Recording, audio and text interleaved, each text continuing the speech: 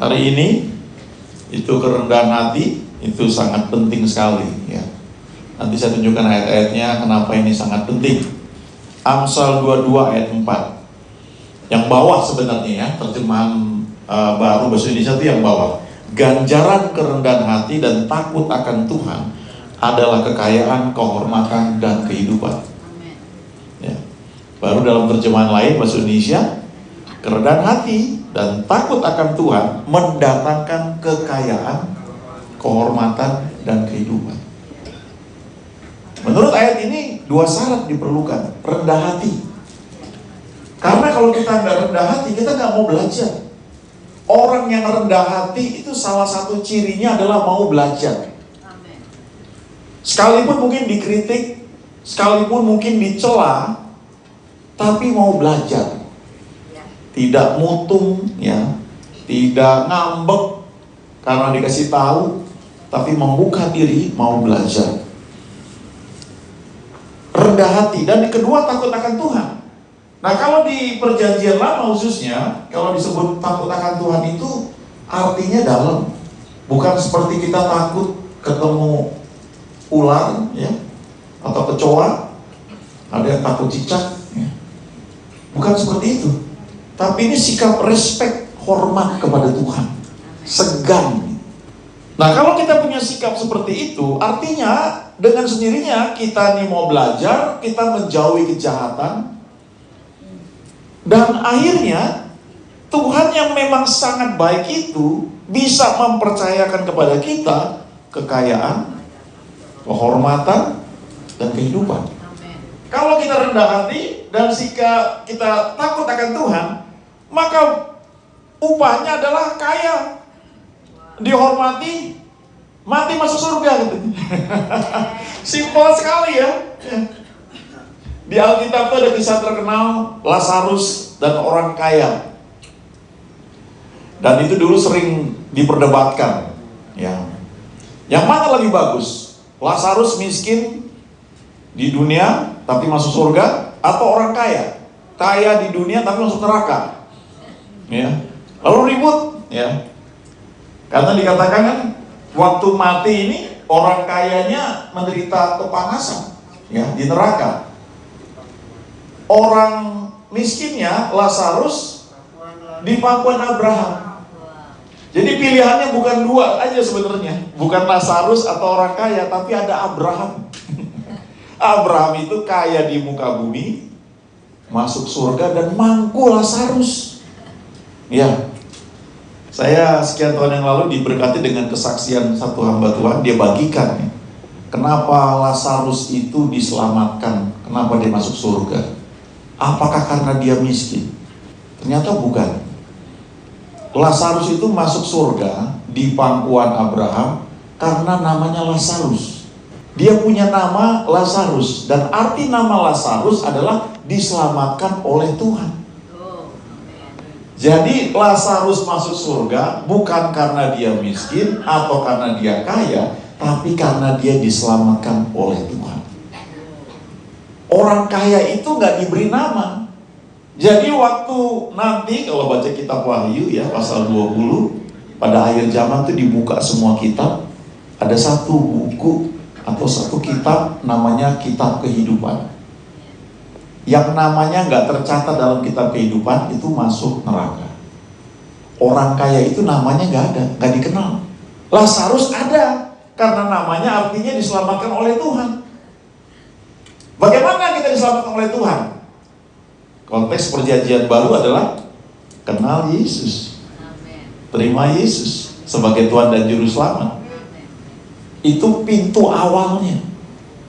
Terima Yesus, nama kita tercatat dalam buku kehidupan. Lalu selama kita hidup di muka bumi ini, belajar sama Dia. Karena Dia mau sediakan banyak buat kita. Dulu ada seorang hamba Tuhan. Ya, ini saya kutip mentah-mentah kesaksiannya ya. Karena saya hadir di satu KKR, lalu hamba Tuhan ini khotbah. Lalu ada hamba Tuhan lain lagi yang kenal dia, hamba Tuhan ini cerita. Dia tuh yang menciptakan lagu, biar bumi akan berlalu, biar bulan tak bercahaya lagi, Biar langit akan bergoncang, matahari tak bersinar lagi, tetapi Tuhan Yesusku tak pernah ingkar janji. Semua yang telah difirmankannya pasti akan digenapi. Nah, dia buat tank air di Jakarta. Udah puluhan tahun yang lalu, udah lama sekali, tahun 80-an mungkin ya. Lalu karena waktu itu dia ngundang semua tunawisma di Jakarta dan pakai istora. Nah, mau buat acara perlu izin. Sampai detik-detik terakhir izinnya nggak keluar. Karena ada isu kristenisasi. Jadi nggak boleh buat kebaktian untuk para tunawisma waktu itu. Lalu akhirnya dicari kesepakatan karena sudah beli nasi bungkus yang mau dibagikan. Ya, semacam hadiah Natal juga. Itu kalau nggak dibagikan kan rusak. Ya, bayangkan itu istora kan muatnya 10.000. Mungkin waktu itu ya 5.000 lebih itu sudah dibeli, entah satu truk kali. Ya. Akhirnya Pak Surbidodo ini ketemu dengan yang ngurus izin itu, memberi izin. Ya, oke, kalau kami nggak boleh kebaktian, izinkan kami bagikan nasi bungkus ini. Lalu setelah ditanya, terus diberi jawaban, oke, tapi hanya boleh bagikan nasi bungkus kepada yang Kristen. Yang non-Kristen nggak boleh. Terus Pak Sri Widodo bilang begini, tidak mungkin. Kalau mereka Kristen, mereka tidak mungkin seterusnya miskin. Contohnya saya. Jadi rupanya dia dulu tunawisma. Dia kenal Tuhan. Dia berubah, mau belajar, poinnya itu ya, mau belajar, mau dididik, tidak semalam, jangan tiba-tiba langsung gitu, enggak, ada prosesnya. Jadi murid, dididik, nurut terus, dan akhirnya dia menjadi pembicara di banyak persekutuan, termasuk di Full Gospel Businessman Fellowship Internasional. Itu persekutuan para bisnismen. Tempatnya di hotel-hotel. Dan dia bicara. Gak semua ya jadi seperti itu, ingat ya.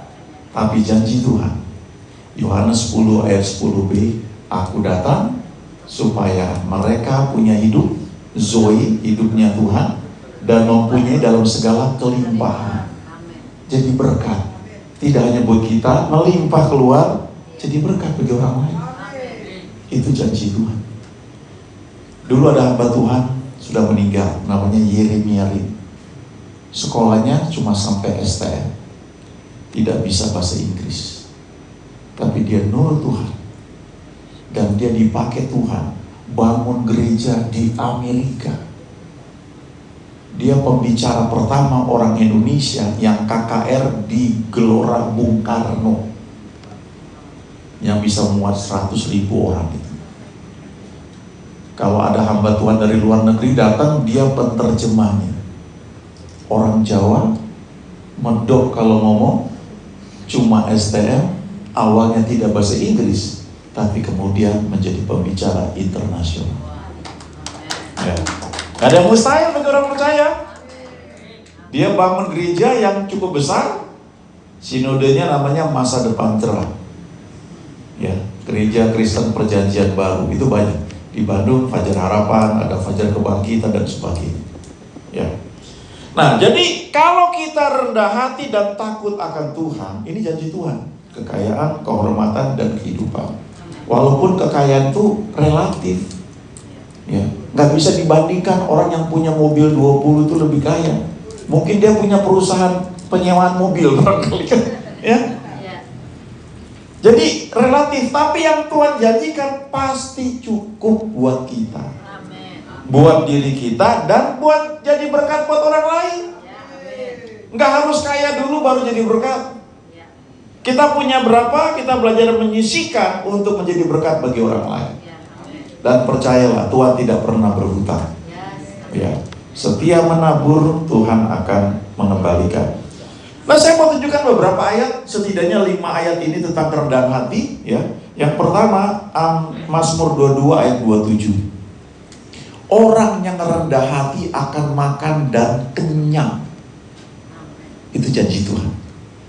Orang yang mencari Tuhan akan memuji-muji Dia, lalu biarlah hatimu hidup untuk selamanya. Kadang-kadang dalam kehidupan kita ketukar antara rendah hati sama rendah diri. Kadang-kadang kita punya sikap sungkan.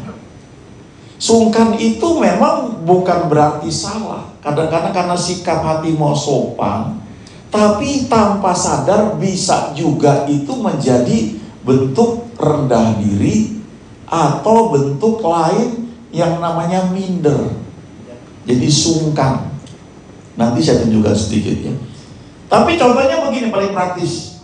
Udah makan belum? Udah. Ayo makan, mau masih kenyang. Padahal enggak sih sebenarnya. Karena sungkan gitu ya. Itu bukan rendah hati itu ya.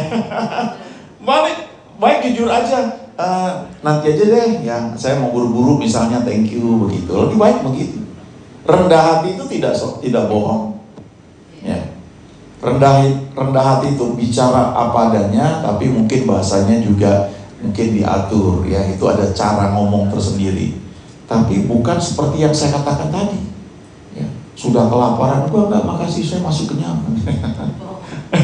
Bukan seperti itu ya. Tapi Alkitab berkata, kalau kamu rendah hati, kamu akan makan dan kenyang. Itu janji Tuhan ya. Yang kedua, Mazmur 25 ayat 9, ia membimbing orang-orang yang rendah hati menurut hukum, dan ia mengajarkan jalannya kepada orang-orang yang rendah hati.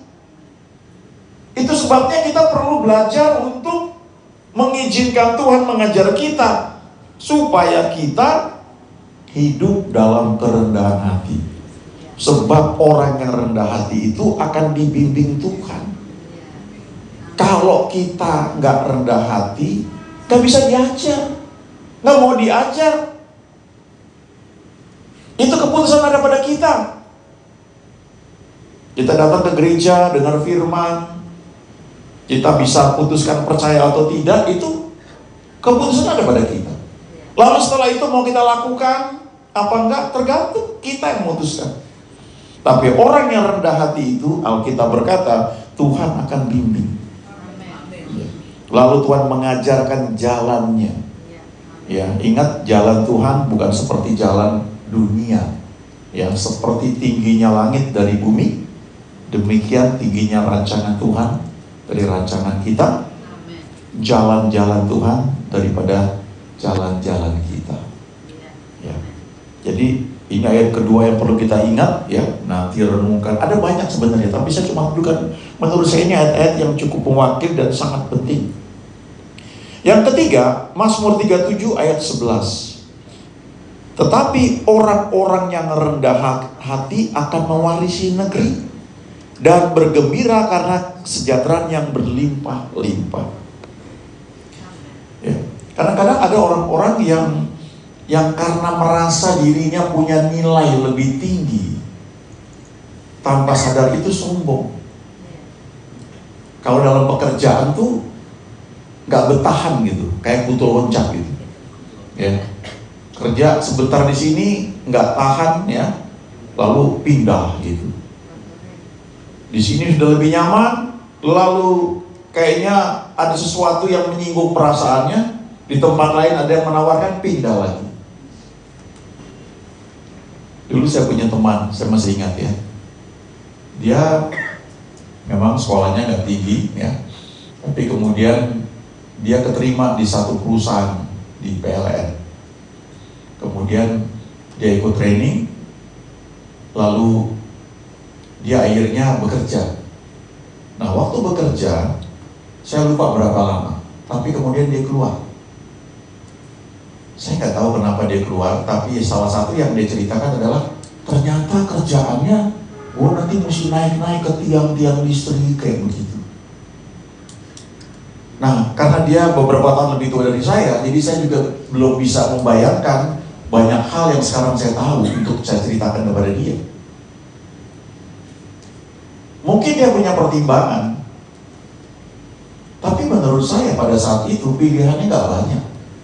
Kalau dia bisa keterima di situ dan diberikan training, artinya Perusahaan itu sudah percaya orang ini akan jadi nanti. Cuma mau ikut terus apa enggak? Barangkali kemakan sama teman-temannya yang lain. Dulu ada beberapa teman yang jauh lebih tua dari saya, ya, suka bilang begini, padahal anak orang kaya loh. Buat apa gue sekolah? Dokter udah banyak, insinyur udah banyak, ya. Sarjana udah banyak, buat apa gue sekolah? Nah, itu karena dia malas aja.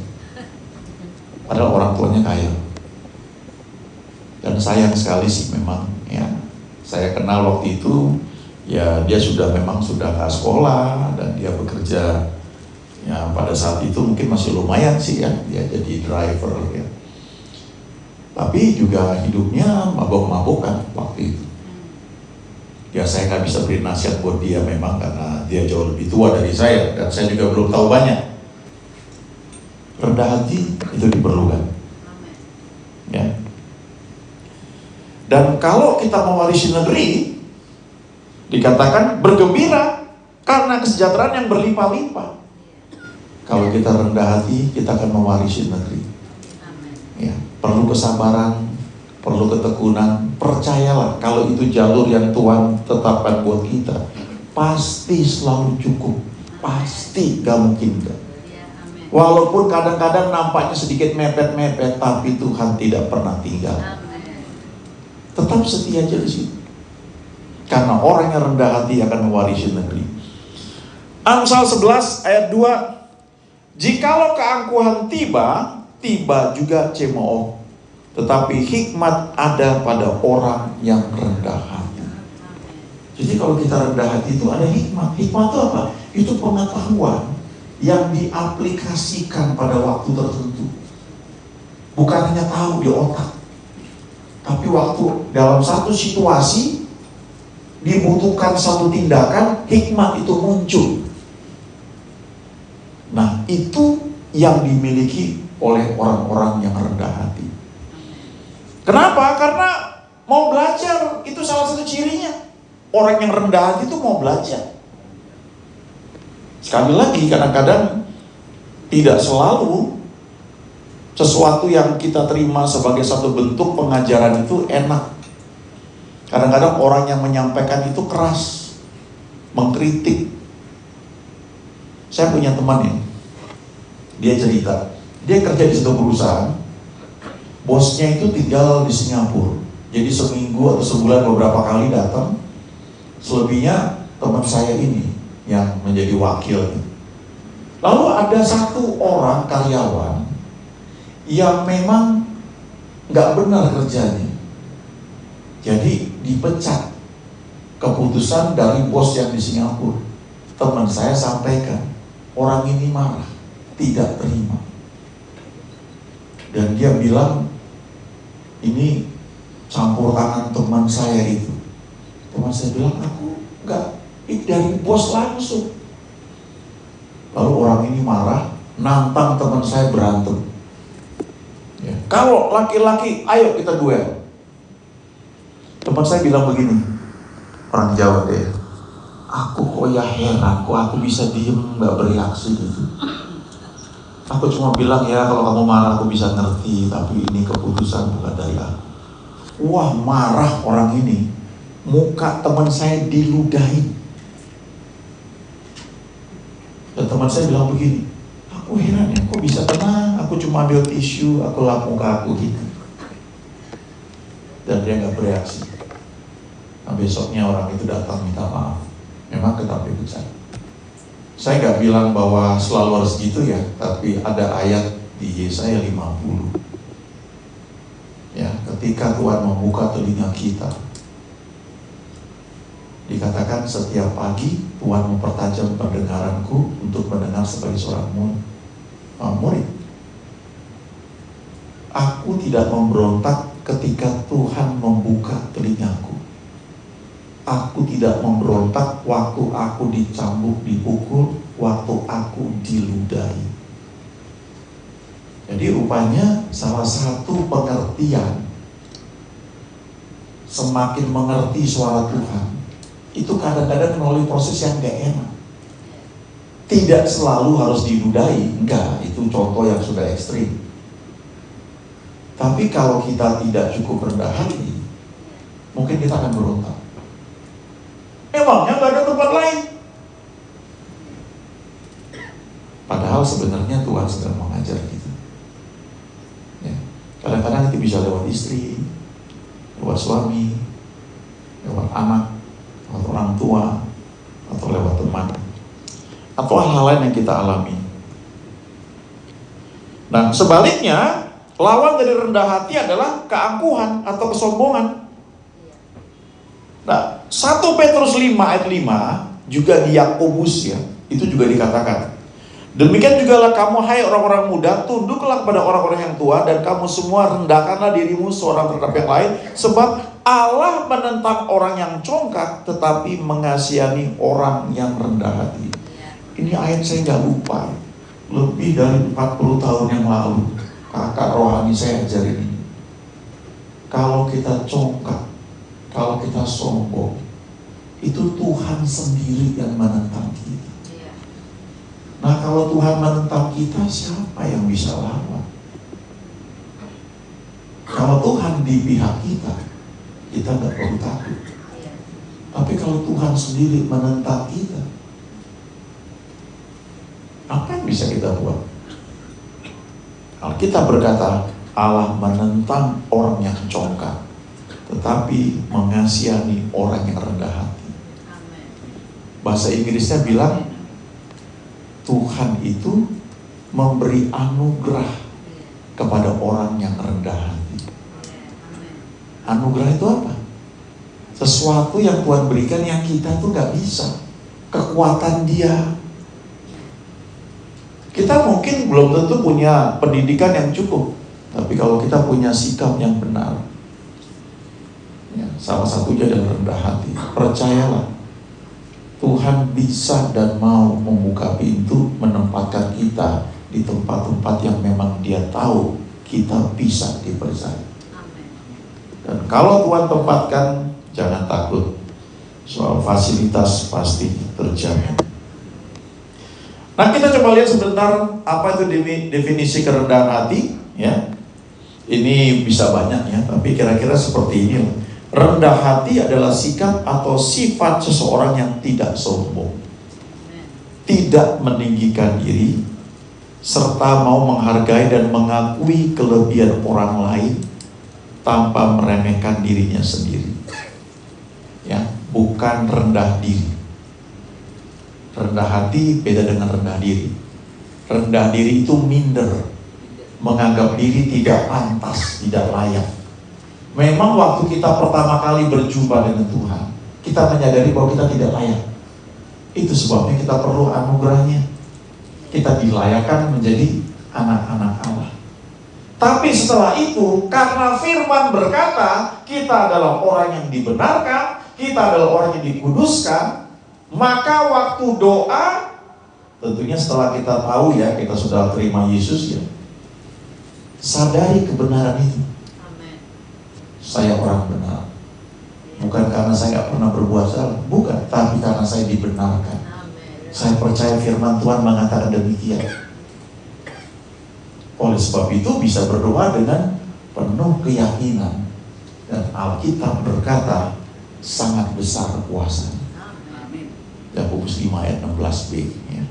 Doa orang yang benar bila dengan yakin didoakan sangat besar kuasanya. Ya. Jadi sekali lagi, rendah hati itu bukan rendah diri, ya. Lalu dikatakan di sini orang yang rendah hati biasanya ini tidak suka membanggakan diri meskipun punya prestasi atau kelebihan. Orang yang rendah hati biasanya menerima kritik dan masukan dengan lapang dada. Orang yang rendah hati biasanya mengakui kesalahan jika salah dan bersedia belajar dari siapapun. Orang yang rendah hati biasanya menghormati orang lain tanpa memandang status atau latar belakang. Dan orang yang rendah hati biasanya tidak merasa dirinya lebih penting dari orang lain. Ya. Dulu saya diajar seperti ini. Saya tuh nggak tahu bahwa sebenarnya setelah lahir baru apalagi penuh Roh Kudus, dengan mengizinkan Tuhan memimpin kita lewat membangun persekutuan, ini akan muncul karakter ini. Bukan dipaksa gitu. Ya. Itu pertumbuhan rohani ternyata. Ya. Memang kita bisa menilai sejauh mana kita sudah bertumbuh dengan melihat ini. Apakah kita masih suka sombong? Apakah kita suka terima kritik? Apakah setiap orang lain baru ngomong terus kita balas lagi? Mungkin kita nggak sadar ada satu sistem pertahanan dalam hidup kita gitu. Itu kadang-kadang bisa terjadi karena masa lalu. Ya. Makanya kadang-kadang ketika orang sudah terima Tuhan Yesus, ya, dibawa kenal Tuhan Yesus, diajar firman, kadang-kadang perlu dilayani, didoakan, karena mungkin masa lalunya membentuk dia seperti itu, merasa tidak aman gitu. Jadi kalau orang mulai kritik, dia langsung membela diri. Itu butuh dia dibimbing, ya, didoakan lewat pengakuan, perkataan firman, orang itu bisa berubah. Apalagi penuh Roh Kudus jauh lebih mudah, ya. Nah, lalu seperti saya bilang tadi, ya, bagaimana kita bisa bertumbuh menjadi rendah hati? Sebenarnya hidup di perjanjian baru, ya, zaman kita ini enak sekali. Cuma satu yang diperlukan dari kita, itu adalah keputusan, keinginan, mau ikut Tuhan, mau dididik. Selebihnya Dia yang kasih. Yohanes 15 ketika Tuhan berkata, akulah pokok anggur yang benar, Bapakkulah pengusahanya. Setiap ranting yang tidak berbuah dipotongnya, setiap ranting yang berbuah dibersihkannya supaya lebih banyak berbuah. Lalu Dia bilang, tinggallah di dalam Aku supaya kamu berbuah banyak. Sebab di luar Aku kamu tidak bisa berbuat apa-apa. Jadi sifat atau karakter kerendahan hati itu juga dari Tuhan yang ada dalam hati kita yang sudah lahir baru. Hebat loh, kita tuh semuanya dikasih, tinggal mau mengizinkan itu muncul aja. Kan buah roh juga dikatakan kasih, sukacita, damai sejahtera, kelemah lembutan, kebaikan, kesetiaan, kesabarannya perlu setia, itu dari Tuhan. Ketekunan pun dari Tuhan. Ya, Ibrani 10 ayat 35-36 kan berkata, sebab kamu perlu ketekunan supaya sesudah melakukan kehendak Allah kamu memperoleh apa yang dijanjikan. Jadi mungkin Bapak Ibu saat ini setia gitu melakukan kehendak Tuhan, perintah Tuhan, tapi dikatakan perlu ketekunan. Bagaimana bisa tekun? Sebenarnya dikatakan di Alkitab Allah itu sumber ketekunan. Jadi kalau kita membangun hubungan dengan Dia, ketekunan itu akan muncul. Itu hebatnya Tuhan. Ya. Ada saat kita nggak mampu melangkah misalnya, Dia gendong kita. Oh itu saya kalau merenungkan Dia. Ada saat saya udah nggak mampu lagi, ya. Tiba-tiba Dia bekerja. Beberapa tahun yang lalu, saya ke perjamuan kudus, ya. Kan perjamuan kudus tuh suka rotinya tuh kan bentuknya kayak kue, ya. Lalu ada ayatnya gitu biasanya. Nah jadi waktu itu saya punya satu masalah. Dan saya nggak tahu bagaimana menyelesaikannya. Waktu perjamuan kudus, saya dapat ayat, saya lihat Keluaran 14. Tuhan yang akan berperang bagi kamu dan kamu akan diam saja. Saya foto itu, saya bilang amin Tuhan. Dan besoknya masalah itu selesai tanpa saya buat apa-apa. Cuma karena Dia kasih ayat itu. Tentu di bagian lain ada yang perlu kita kerjakan gitu ya. Jangan berarti kita tuh malas tenang-tenang aja. Enggak, tapi maksud saya adalah begini. Tuhan menuntun orang Israel. Mereka harus melangkah, mereka mesti berjalan, mereka mesti tinggalkan semuanya, bawa barang-barangnya. Lalu ketika sampai di tepi laut Teberau, udah gak tahu mau kemana lagi. Di belakang ada Firaun. Nah itulah saat Tuhan bekerja di belah Laut Merah itu dan mereka bisa nyebrang. Habis itu mereka mesti nyebrang terus. Pernah renungkan itu, betapa baiknya Tuhan itu. Tapi diperlukan sikap dari kita ini mau. Nah ini ayat yang terkenal ya, Matius 11 ayat 28, 29 dan 30. Marilah kepadaku semua yang letih, lesu, dan berbeban berat, aku akan memberi kelegaan kepadamu. Pikulah kuk yang kupasang, dan belajarlah padaku, karena aku lemah lembut dan rendah hati, dan jiwamu akan mendapat ketenangan. Sebab kuk yang kupasang itu enak, dan bebanku pun ringan. Saya sarankan banyak baca ayat ini, renungkan, karena ini salah satu ayat penting. Tidak hanya waktu kita menghadapi kesulitan. Karena dikatakan di sini begini kan, marilah kepadaku semua yang letih, lesu, dan berbeban berat. Ya, kan biasanya beban berat kita itu kan soal ekonomi, ya, persoalan keluarga mungkin, soal penyakit, lalu masalah-masalah lain. Jadi beban berat termasuk kadang-kadang masalah pelayanan. Tapi sebenarnya setiap hari, tanpa kita perlu mengalami beban yang berat, setiap hari datang kepada Tuhan, bangun persekutuan dengan Tuhan. Karena kalau kita nggak hati-hati, melayani pun bisa jadi beban yang berat. Kita bisa marah, kok kayaknya saya sendiri, yang lain kok nggak sungguh-sungguh. Kok uang saya terus yang keluar, yang lain mana? Kadang-kadang bisa terjadi seperti itu. Kita merasa, kok saya aja sih, yang lain mana? Nah, itu mungkin tanpa kita sadari, kegiatan kita termasuk pelayanan sudah membuat beban berat.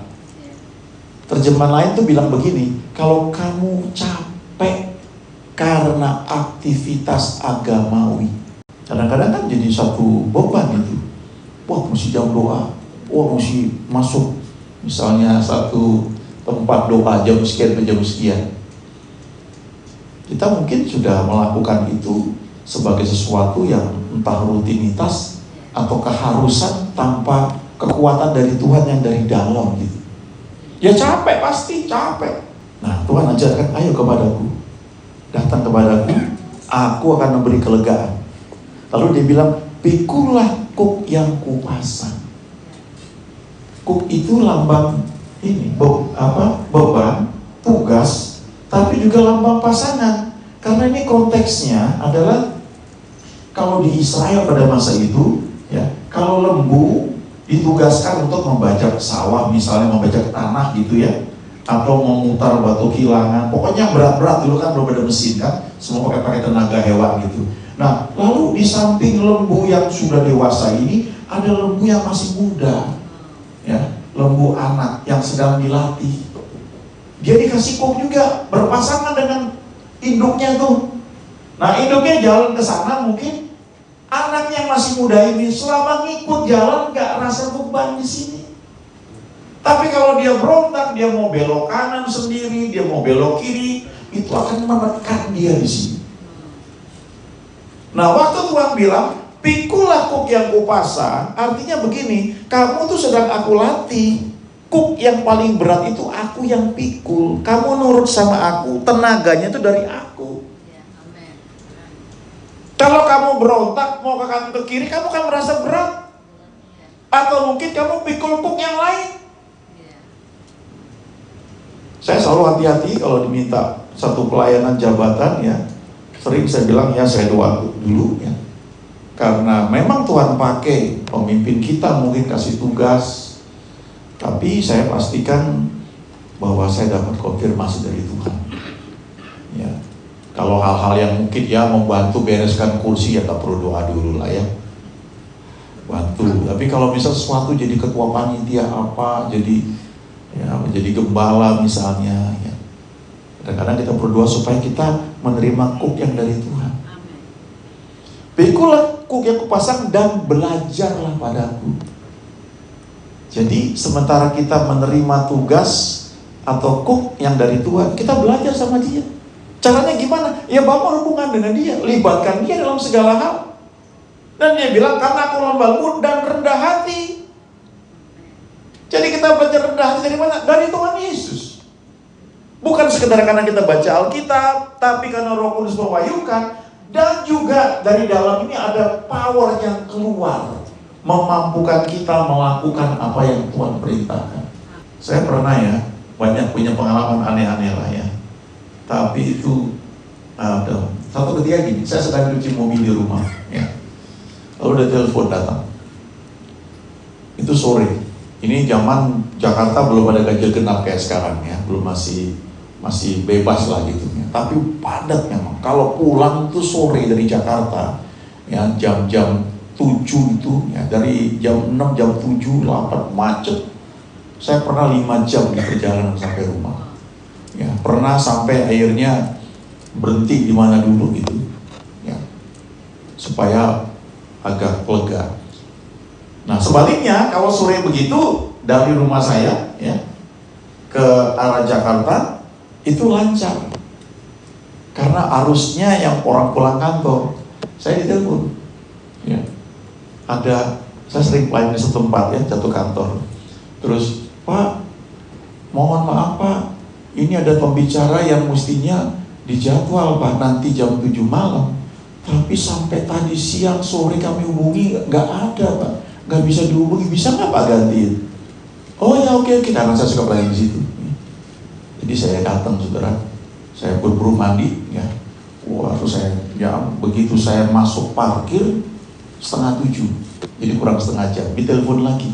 Pak, sudah sampai mana Pak? Udah datang pembicaranya Pak, udah makasih Pak ya gitu. Ya itu nggak sekali dua kali ngalamin gitu, tapi yang saya mau cerita adalah ketika baliknya itu macetnya itu. Tapi saya ingat bahwa saya melayani Tuhan. Bukan melayani manusia, ya. Itu cuma salah satu bentuk. Dan Tuhan itu setia.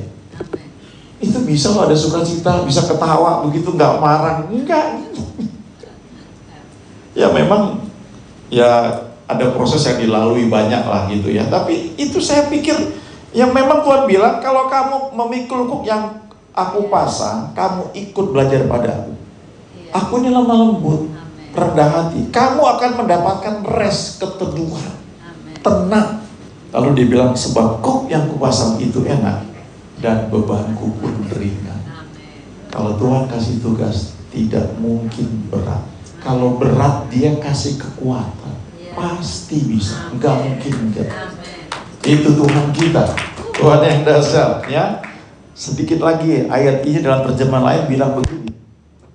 Ayo ikuti, belajar irama anugerah yang tidak dipaksakan. Jadi itu ada iramanya kayak main musik. Kalau kita ikuti itu enak, ngalir. Dan memang Tuhan bilang begitu. Yohanes 1, dari kepenuhannya dalam hidup kita menerima anugerah demi anugerah. Gak berhenti, selalu ada. Amen. Ya, belajar setia ikut Tuhan. Ya, mungkin reward tuh gak langsung kelihatan, tapi percaya Tuhan tidak pernah berhutang. Dalam jangka panjang kita akan lihat. Kita lihat di belakang. Terima kasih Tuhan, Engkau membuat aku taat melakukan hal ini. Dan aku bisa melihat Engkau setia. Amin.